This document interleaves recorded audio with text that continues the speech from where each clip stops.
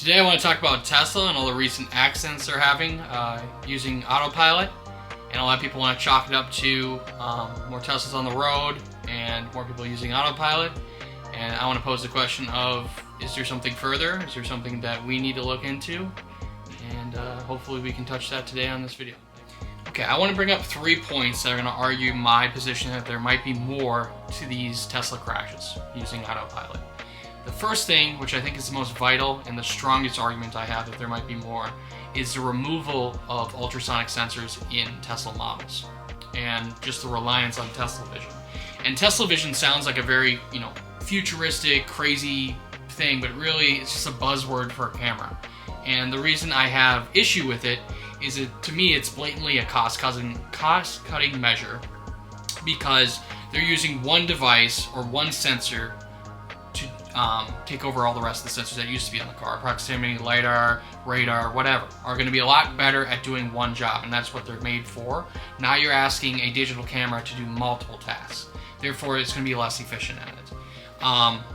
And I just don't know how it's not a cost-cutting measure, because if you're pulling a bunch of more expensive hardware out and relying more on algorithms to account for these tasks, it's just not going to lend itself to a very efficient process. So I think that's the first knock, and I do think it's a huge contributing factor in some of these car crashes. The second point I want to argue is there's more competition coming in, and I think this is why the cost-cutting measures are coming down. Chevy is a good example with their Equinox EV. With Electrify America, they're getting huge tax reductions because of them being a union work shop or union work business.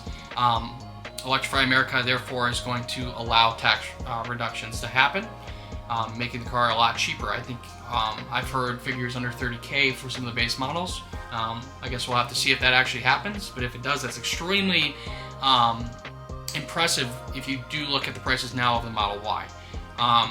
With certain trim packages, coloring, stuff like that, it's about $7K off of new Model Ys now that are equipped with more sophisticated autopilot systems. But that's not actually bringing the lowest MSRP down, it's just getting more for your money in sort. So when you're double the price of your competition, I know it's not a like-for-like car, it's different, but it's just not, I don't care how much better the Y is to people, it's not double what an Equinox is going to deliver. So I think that's really hitting them hard, and that's why they're starting to do these cost-cutting measures. I don't actually think Tesla Vision is a better device.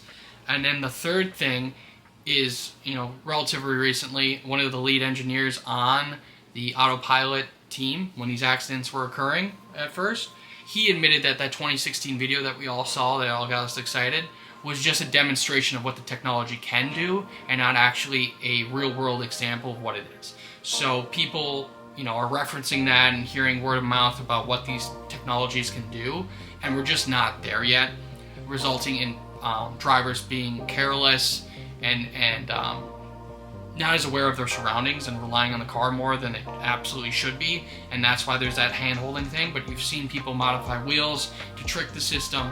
It's just not there yet. Okay, so now, hearing my points, hearing my point of view on this, I'm going to ask you, the audience, what do you think? And comment below for me, and maybe we can have a little discussion about this.